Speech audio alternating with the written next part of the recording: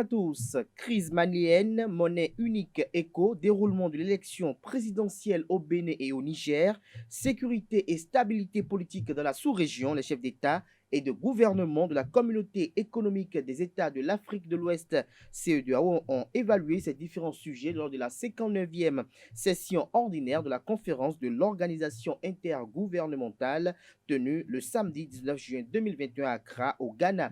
Aurélien Agbenossi, ministre béninois des Affaires étrangères et de la coopération, a animé un point de presse hier sur la participation du président Patrice Talon à ce sommet. En marge du sommet, le président Patrice Talon a échangé en tête-à-tête avec certains de ses pairs. Le compte rendu vous a effectué ce matin dans le bulletin matinal d'information qui vous sera présenté par Atifa Olafa. Mais avant, chers amis internautes, à suivre la présentation de quelques titres parus ce matin dans la presse nationale afin de vous prendre le pouls de l'actualité sociopolitique au Bénin. Et puis en fin d'émission, comme vous avez l'habitude d'ailleurs, Nancérine Fatoumi, elle sera de la partie pour vous révéler les prévisions astrologiques du jour à vous, chers amoureux du zodiaque. Sans plus discourir, le tableau synoptique ainsi présenté, chers amis internautes, on se retrouve dans un court instant, juste après le jingle suivant pour la une des journaux. Bonjour à nouveau, chers amis internautes. L'informateur titre en manchette ce matin: arrêté portant port de casque obligatoire pour tous les usagers à moto. Le préfet du département du littoral, Alain Orunla, veut se faire comprendre. L'autorité parle du souci de préserver la vie humaine. Ces explications sont relayées à la page 3 de l'apparition de ce matin de l'informateur. Toujours la une de l'informateur de ce mardi, démarrage du bac ce lundi 21 juin 2021. Plusieurs autorités dans les centres, le compte rendu de leur descente à la page 4 de l'apparition de ce matin de l'informateur. Toujours à la une de l'informateur de ce matin, contrôle de l'action gouvernementale des ministres invités au Parlement jeudi prochain. Toujours à la une de l'informateur de ce 22 juin 2021, autorisé à user de ses droits d'ancien chef de l'État pour sa santé. Nicéphore Dieudonné Soglo, ancien président de la République du Bénin, salue l'esprit de discernement du président Patrice Talon. L'oreille droite de la une de ce matin de l'informateur, comme il est de coutume tous les matins, vous invite à découvrir dans l'école de sa parution du jour le journal École produit par les étudiants en journalisme à l'école supérieure d'administration, d'économie, de journalisme et des métiers de l'audiovisuel ESAE. La dépêche, titre en manchette ce matin: veille citoyenne, Bénin, société civile sous anesthésie. Ce que le confrère cache à travers ce titre et à découvrir à travers son article à la page 3 de sa parution de ce matin. Toujours à la une de la dépêche de ce matin, audition de Rekia Madougou du Varcarme pour un statu quo désolant. Des précisions à la page 7 de la parution de ce matin du journal qui titre également à la une ce matin: Bénin, Nicéphore Dieudonné Soglo va se rendre en France pour un check-up. Nous restons toujours à la une de la dépêche de ce matin. Bénin Justice, un faux kidnappé condamné à 6 mois de prison ferme. Fraternité titre en manchette ce matin: contrôle de l'action gouvernementale. Les parlementaires plus promptes que d'habitude. Plusieurs questions orales avec débat au menu de la plénière du jeudi prochain, nous annonce le confrère de Fraternité ce matin. Nous passons à présent au quotidien béninois La Nation, qui titre en manchette ce matin: 59e session ordinaire des chefs d'État et de gouvernement de la communauté économique des États de l'Afrique de l'Ouest, CEDEAO. L'essentiel à retenir de la participation du Bénin vous est présenté à la page 3 de la page ce matin du quotidien national d'information, qui a également titré à la une ce matin: arrêté sur le port obligatoire de casque. Les clarifications du préfet du département du littoral sont à retrouver à la page 3 de la page ce matin du Canard. Toujours à la une du quotidien de service public: situation alimentaire au Sahel et en Afrique de l'Ouest. Des mesures du dispositif régional de gestion de crise vous sont présentées à la page 5 de l'apparition ce matin du Canard. Le pays émergent toujours s'intéresse à nouveau ce matin à l'élimination des écureuils de la course à la qualification de la CAN 2020. Le président Patrice Talon invité à faire le ménage et sanctionner les vrais coupables selon le confrère. Pas de bouc émissaire du vrai désordre organisé à Conakry, des joueurs divisés. Ils s'envoûtent entre eux selon les informations du confrère. La Fédération béninoise de football FBF et le ministère des Sports s'accusent mutuellement à en croire les investigations du confrère. Son article à ce sujet est publié à la page 12 de sa parution de ce matin. Toujours à la une de Le Pays émergent de ce matin, deuxième congrès ordinaire et électif de Wemekwe. Le président Antoine Bonou et toute son équipe reconduits. Une fois réélu, le bureau entend insuffler une nouvelle dynamique à ce patrimoine culturel immatériel qu'est Wemehui. Toujours la une de Le Pays émergent de ce matin, contrôle de l'action gouvernementale. 7 ministres devant les députés jeudi prochain. Enfin, les questions orales avec débat au gouvernement reviennent au Parlement. Se réjouit le confrère. Il s'agit bel et bien du confrère du quotidien Le Pays émergent. Du Pays émergent, passons à présent à Le Matinal qui a titré ce matin en manchette. Aurélien Agbenonsi, au terme de la 59e session des chefs d'État de la CEDEAO, Aurélien Agbenonsi qui est ministre des Affaires étrangères et de la coopération, le Bénin, un bon modèle d'intégration régionale. Retrouvez le compte rendu, pour ne pas dire la transcription intégrale de son point de presse à la page 2 de la page ce matin de Le Matinal. Toujours la une de Le Matinal de ce matin. Non-alignement sur le prix des tests Covid dans l'UEMOA, le porte-parole du gouvernement Wilfried Léandre Ngbeji justifie la position du gouvernement. Des précisions à la page 11 de la page du matin du Canard. Le révélateur du jour titre à la une ce matin, journée mondiale de lutte contre la drépanocytose. Le gouvernement lance une campagne de sensibilisation et de dépistage. Nous passons à présent au quotidien Matin Libre, second mandat, décision à impact économique. Ça tombe de partout sur les populations. L'article à ce sujet est publié à la page 2 de la page ce matin de Matin Libre qui nous informe en deuxième titre à la une. Bon démarrage du baccalauréat à Cotonou, le préfet du littoral et le premier adjoint satisfait. L'article comme rendu est effectué, est publié, j'allais dire, à la page 2 de la page ce matin de Matin Libre. Toujours à la une de Matin Libre de ce matin, accident de circulation à Porto Novo, 2 morts dont une fillette. Le Béninois libéré titre ce matin en manchette, vagabondage politique sur fond de médisance à l'ère du système partisan. Julien Gbagidi s'est révélé, l'Union démocratique pour un Bénin nouveau couvre un serpent à sonnette. Nous passons à présent à Soleil Levant qui titre ce matin, contrôle de l'action gouvernementale des ministres interpellés au Parlement ce jeudi. Toujours la une de Soleil Levant de ce matin pour gestion opaque et suspension abusive de certains membres. Julien Gbagidi démissionne du parti politique Mouvement des élites engagées pour l'émancipation du Bénin, Mouel Bénin. Nous passons à présent au quotidien spécialisé l'économiste, Agence nationale des transports terrestres, des fraudeurs au permis dans le collimateur du directeur général de l'ANAT. Des précisions à la page 10 de la page ce matin du journal L'économiste. Et toujours à la une de l'économiste, présidence des conseils d'administration de la BRVM et DCBR, Parfait Kwasi reconduit PCA, président du conseil d'administration pour un second mandat. Des précisions sur cette reconduction à la page 3 de la page ce matin du quotidien L'économiste. Ce sera tout pour la présentation de quelques titres parus ce jour dans la presse nationale. Les quotidiens, vous le savez si bien, ils sont disponibles dans les kiosques au prix de 300 francs CFA, également accessibles en ligne pour ceux d'entre eux qui disposent d'un site internet. Atifa Olafa va s'installer à présent pour vous présenter le bulletin matinal d'information. Bonjour chers internautes, crise malienne, monnaie unique éco, déroulement de l'élection présidentielle au Bénin et au Niger, sécurité et stabilité politique.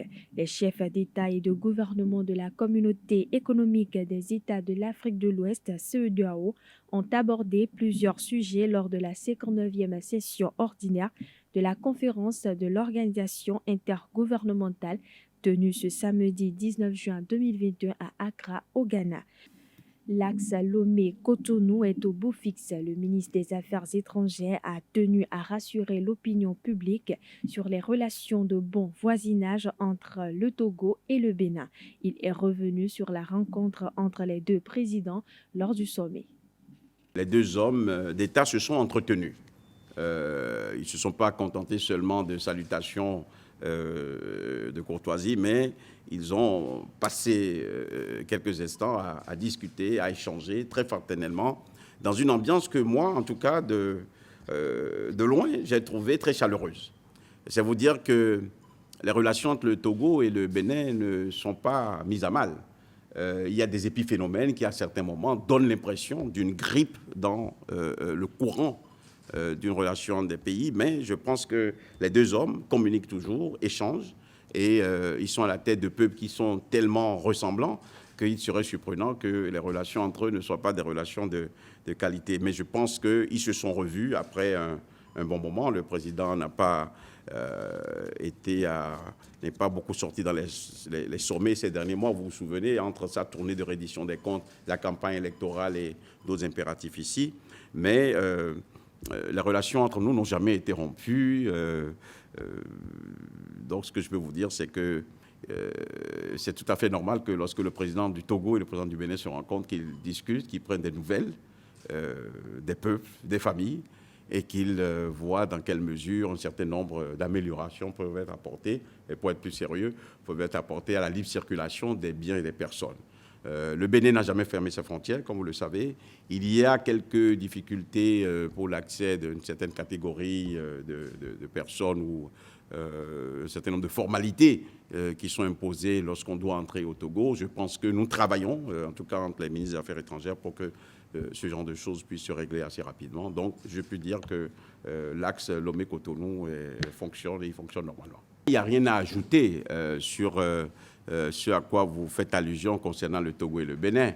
Le président s'est largement exprimé dans son interview sur France 24 sur cette question-là et il n'a pas mis en question ses relations avec le pays. Il a donné des faits qui sont là et ces faits-là, il faut les surmonter, il faut les dépasser pour permettre à la dynamique de coopération des deux pays de fonctionner. Ce n'est pas un langage diplomatique. Maintenant, si vous me dites est-ce que cette question a été évoquée, j'étais loin. C'est deux amis qui parlent et quand deux chefs d'État se mettent à l'écart pour parler, la bienséance impose au ministre et à toute autre personne de se tenir suffisamment loin pour ne pas interférer. Et c'est ce que j'ai fait. Supposée brouille entre les autorités béninoises et ghanéennes, le ministre des Affaires étrangères Aurélien Agbenonsi a levé toute équivoque sur les rumeurs de la fermeture des frontières béninoises aux gros porteurs ghanéens. Suivez ses explications. De quoi s'agit-il? Vous savez qu'au sein de la CEDEAO, nous avons ce qu'on appelle le TEC, le tarif extérieur commun, qui fait que tout bien produit dans un pays de la communauté entre sans droit de douane dans tous les autres pays. À part les taxes communautaires, on ne paye rien. Ce que vous produisez au Burkina peut rentrer au Bénin sans taxe. Ce que vous produisez au Bénin peut rentrer au Nigeria, même au Sénégal, sans taxe. N'est-ce pas? C'est ce qu'on appelle le tarif extérieur commun. Il n'y a que quelques taxes mineures communautaires qui sont mises à la charge de nos opérateurs économiques. Ce dont il s'agit, c'est ceci. Parce que ce tarif extérieur commun existe, certains de nos hommes d'affaires sont enclins à la fraude. Ce dont il s'agit, c'est le refus d'opérateurs privés. Il ne s'agit même pas d'un problème entre le Bénin et le Ghana. Il s'agit d'une importation par un privé qui refusait de payer les droits de douane parce que le certificat d'origine qu'il n'a pas produit ou qu'un autre a produit n'était pas fiable. Parce que lorsque vous produisez, par exemple, au Ghana, pour démontrer aux douanes béninoises qu'il s'agit d'un produit qui doit bénéficier du tarif extérieur commun, vous devez présenter un certificat d'origine. Nous avons, dans le cas, et récemment, un ministre ghanéen s'était rendu ici et nous avons travaillé avec ma collègue, la ministre de l'Industrie et du Commerce. Lorsqu'on vous présente de la farine de blé et qu'on vous dit que c'est un produit qui doit bénéficier du TEC, ou qu'on vous présente des matériaux de construction dont vous voyez manifestement qui ne peuvent pas avoir été produits au Ghana, généralement c'est des produits qui viennent produits dans des puissances extra-africaines, je ne vais pas citer des pays pour ne fâcher aucun, et qu'on vous produit un certificat d'origine, par exemple ghanéen ou nigérien ou béninois, si c'est à une autre frontière, vous êtes en droit, en tant qu'État souverain, de dire « je ne peux pas admettre ce bien ». Mais pour que le certificat d'origine puisse être vérifié, la CEDEAO a prévu les règles. La CEDEAO a prévu que vous payez immédiatement les droits, que vous veniez après produire votre certificat d'origine, et s'il est exact, on vous rembourse. C'est de ça qu'il s'est agi, et nos douanes, faisant leur travail de manière très professionnelle, n'ont pas laissé entrer un produit, des camions où les produits n'étaient manifestement pas produits dans la communauté. Nous nous sommes expliqués au Conseil des ministres et ceci a été compris. Et ce qu'il faut retenir, le Bénin n'empêchera jamais des produits qui ont des certificats d'origine authentiques, n'empêchera jamais de rentrer sur notre territoire. Mais par contre, s'il y a un doute sur un certificat d'origine ou s'il n'y a pas de présentation du certificat d'origine, on paye ses droits de douane, on retourne à la maison chercher son certificat d'origine. S'il est exact, les douanes béninoises vous remboursent immédiatement. C'est de ça qu'il s'agit. Donc, nous sommes, au sein de la communauté, en tout cas, un État qui respecte sa signature. Nous sommes un État qui respecte ce qui a été convenu, ce qui a été signé. Et le TEC est un élément fondamental de l'intégration. Et pour protéger nos économies, pour protéger l'économie de la communauté d'une manière générale, il n'est pas acceptable que l'on laisse certains opérateurs économiques présenter de faux certificats d'origine. Tout le monde sait qu'un certain nombre de choses ne sont pas produites dans l'espace communautaire. C'est de ça qu'il s'est agi, mais le Bénin n'a jamais fermé sa frontière. Et je vous remercie d'avoir posé cette question parce que cela m'a permis de lever cet équivoque. J'ai lu effectivement dans les réseaux, à travers les réseaux sociaux, que l'on nous accusait un peu de ne pas être un bon élève de l'intégration. Nous le sommes. Le président Talon tient beaucoup à cela. Et cela explique qu'il se soit rendu à Accra pour réaffirmer l'attachement de notre pays à l'idéal communautaire, l'attachement de notre pays à la réforme nécessaire de cette organisation à laquelle nous tenons tous. À l'ouverture des travaux, la conférence a adressé ses vives félicitations au président Patrice Talon pour sa réélection ainsi qu'au nouveau président du Niger, Mohamed Bazoum. Il s'est félicité du bon déroulement de l'élection présidentielle dans les deux pays. Le ministre de l'Enseignement supérieur et de la Recherche scientifique, Eleonore Yahi Ladekan, et son collègue des enseignements secondaires techniques et de la formation professionnelle, Yves Kouaro, ont procédé ce lundi 21 juin 2021 au lancement des épreuves écrites du baccalauréat session 2021 au CEG1 de Djougou dans le département de la Donga. 82 932 candidats répartis dans 132 centres planchent cette année pour l'obtention du premier diplôme universitaire. 31 931 filles, soit 38,50%, composent pour cet examen. En 2020 et 2019, rappelant, le pourcentage des filles était respectivement de 36,74% et de 33,95%. Selon le ministre Eleonore Yahi Ladekan, ce progrès est la preuve que les filles sont davantage scolarisées et abandonnent de moins en moins les classes. Les deux ministres ont invité les candidats à la sérénité et la concentration. Claudine Afiavi-Prudencio a démissionné de la présidence de son parti, l'Union démocratique pour un Bénin nouveau UDBN, ce samedi 19 juin 2021. Le professeur d'université Sylvie Dechacus est la nouvelle présidente du dit parti. Claudine Afiavi-Prudencio a démissionné de son poste de président de ce parti politique au cours d'une cérémonie à Cotonou en présence du bureau exécutif national, de l'école politique et des coordonnateurs du parti. Une décision douloureuse mais essentielle à prendre pour l'épanouissement du parti, a déclaré la présidente sortante. À cet effet, ESAE Télévision s'est rapproché de l'analyste politique Distel Amoussou afin de recueillir pour vous ses impressions à ce sujet. Il s'exprime au micro d'Abdelkader Achiro. Il faut déjà noter que la jeunesse et les femmes, la gente féminine, constituent les ferments du label de ce parti politique. Donc, ce parti politique a placé la promotion de ces franges ou de ces catégories de militants au cœur de ses idéaux. C'est donc dans la même logique que certainement, parce que vous savez que je ne suis pas membre de l'UDBN, donc j'ai un regard extérieur pour observer que les instances dirigeantes de ce parti ont poursuivi la réflexion, ils sont restés collés à cet idéal qui constitue de mettre les jeunes et les femmes au cœur de leur dispositif de gestion.